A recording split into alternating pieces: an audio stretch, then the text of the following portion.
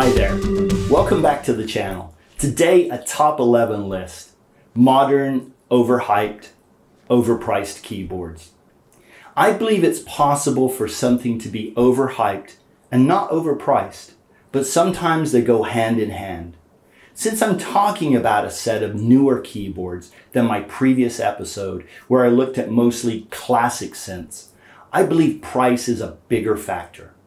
Synth lore or keyboard lore hasn't had enough time to ferment on newer keyboards. Some of the keyboards on this list are reissues, so synth lore is hard at work. I'm going to tell you right now that some people are going to be upset. Sorry about that. It's not without good reason that these keyboards made it onto this list.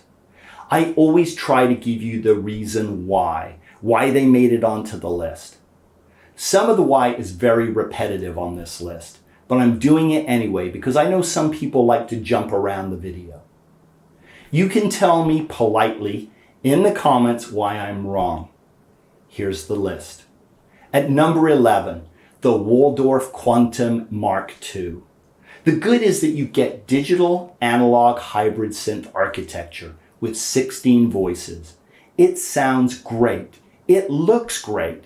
And technologically, it's right up there with the other more mainstream offerings from the big three. Albeit that the Quantum is only a synthesizer, while the other keyboards I'm thinking of are workstations.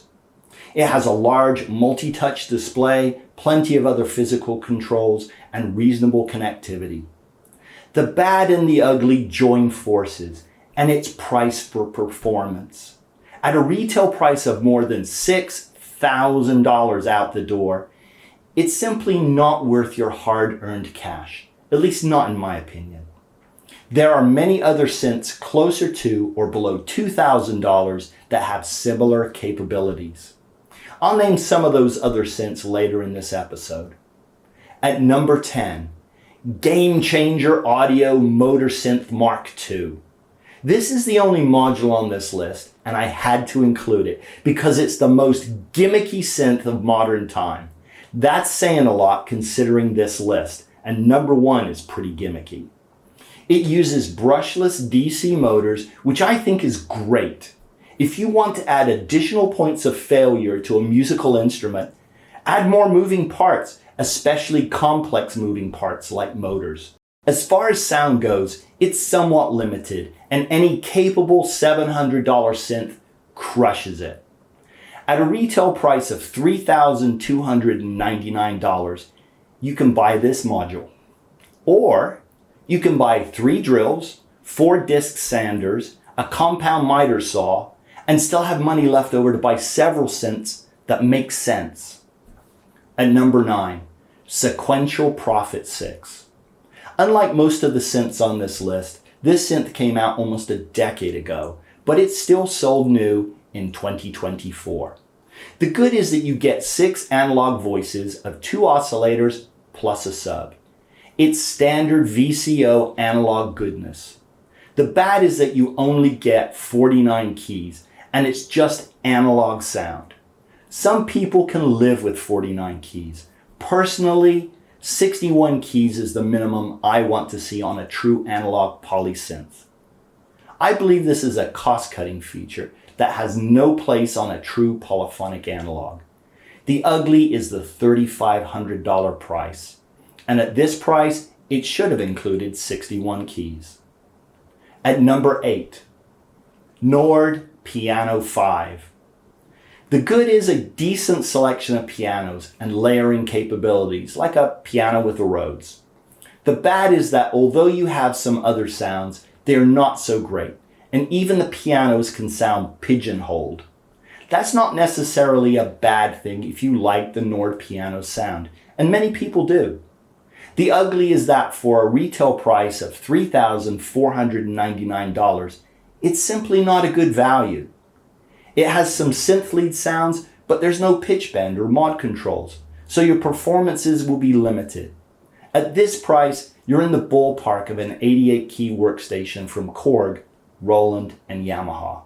You're not just getting better sounds and more of them with these keyboards, you're getting a larger screen, and it's a touch screen. You also get performance controls, sampling capabilities, and a sequencer, not to mention more. It's modern tech with those three synthesizers, or I should say, master keyboard controllers. Nord keyboards always feel to me like they are 10 to 15 years behind the times with regards to sound and features. At number 7, Crumar Spirit Mono Analog Synthesizer. A lot of you may not be familiar with the Spirit. The good is that it's a simple monophonic synth. The bad is it's a simple monophonic synth. And the ugly is that it's a simple monophonic synth that costs $4,319. Seriously, at that price, there are classics that you could be looking at, not to mention a bunch of polysynths. If you own this synth, I'd really love to hear from you in the comments. Please be polite, but tell me what makes this synth special. I truly want to know. The front panel reminds me a little of the Octave Plateau Cat. It has simple and effective industrial design, but it's a terrible value. At number 6, the Sequential Prophet 10 reissue. The Prophet 5 made the original classic list, but not the Prophet 10. It absolutely could have been on my first list, but I only had 11 slots, and I wanted to include some other keyboards. The good is that you get the original sound and some modern conveniences like better MIDI, key velocity, aftertouch, and USB connectivity. The bad is the same line that you will hear from me on a lot of the keyboards on this list. While it's an iconic synthesizer, meaning the original and not the reissue, at least not yet, the sound is easily reproduced by modern software and hardware devices. It's not definitive anymore, and it hasn't been for almost 40 years. The ugly is the price, with a retail price of $4,299. There are so many keyboards, both new and used, that you could purchase for a fraction of that cost, and they would serve you better. But of course, none of them would be a Prophet 10. At number 5, Moog Mini Moog Model D reissue. The original Mini Moog was on the first list I created, and the reissue makes this modern keyboard list. The good is that it is a faithful reproduction of the original Mini Moog, both physically and sonically. They did an amazing job on that aspect. The bad is that it's not definitive anymore. It's 100% replaceable both sound-wise and experience-wise. You can buy a $50 plug-in, or you can buy the Behringer clone for $229 that gives you all the controls and the sound. The ugly is the price. You can pick up a Mini Moog reissue for a mere $4,999. You really have to buy into synth lore to believe that you need this synth. On the other hand, it's very cool if you want a modern manufactured, essentially identical version. It's available and it will probably last at least another 50 years. At number 4, Oberheim OB X8. The good is that it has the iconic name on it, as do a lot of the other synths on this list. It also is just like you would expect, meaning it can sound warm, cold, clangorous, within a narrow range of the confines of analog synthesizers. I didn't call it a reissue because it includes the best of the OBX, the OBSX, the OBXA, and the OB8. It's kind of a melding. You get a lot of physical controls too. The bad is that analog ain't what it used to be.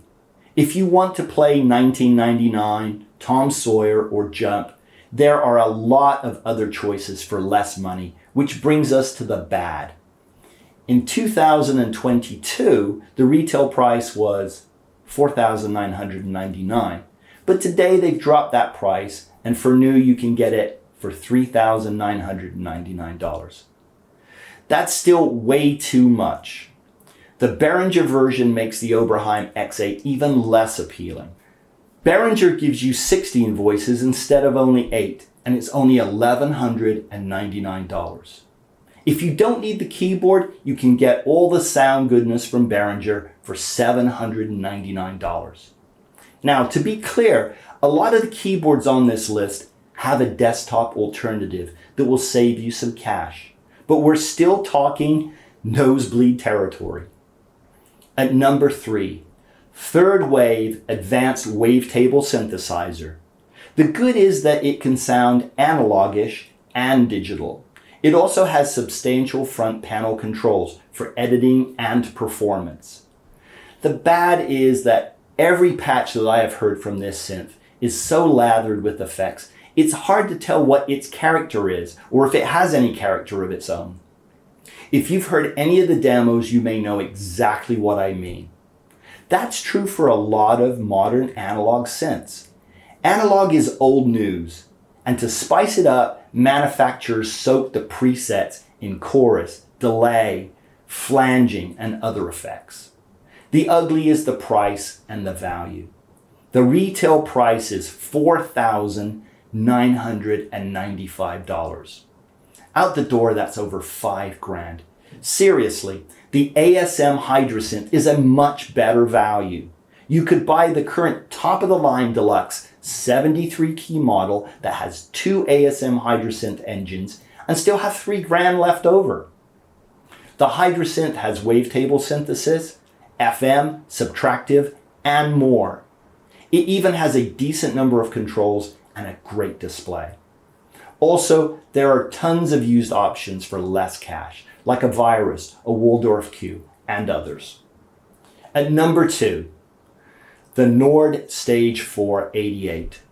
The good is that you get a substantial number of controls on the front panel, even if the layout looks cluttered. And I recently did an episode of Industrial Design talking about the best looking keyboards.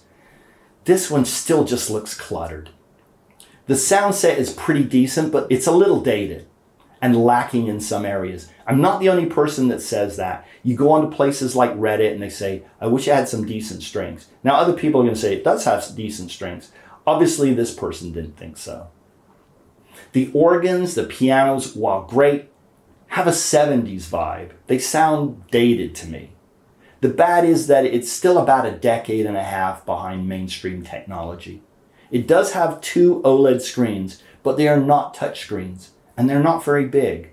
Reviews mostly compare it to the previous versions and not the competing keyboards from Korg, Roland, and Yamaha. They'll say, it's amazing! It's a leap forward from the previous model. But how is it compared to Korg, Roland, and Yamaha? The big 3 offerings are far superior and cost less, which brings us to price. $5,699 retail means that after taxes, that's over $6,000 out the door. It's way overpriced and way overhyped. Also, don't get me started on the mod wheel placement. It just looks like an afterthought. It's limited, very limited. At number 1, Expressive E Osmos. I know I'm going to get a lot of hate on this, but I'm going to tell you why. I know it's got polyphonic aftertouch, and I want to tell you a story. I heard 2 guys talking at the music store, and one was telling the other guy, don't buy this controller, you should buy this new one, and you can wiggle keys, and you can do this, and blah, blah, blah, and it's got polyphonic aftertouch, and it's a really unique feature. Now, if I remember correctly, almost every keyboard from Ensoniq after the ESQ1 had polyphonic aftertouch. That was kind of their thing. It's not very unique. The next feature, you can wiggle a key and you can create controller information that you can assign to different parameters. Okay, that's kind of cool, I suppose, but here's the deal.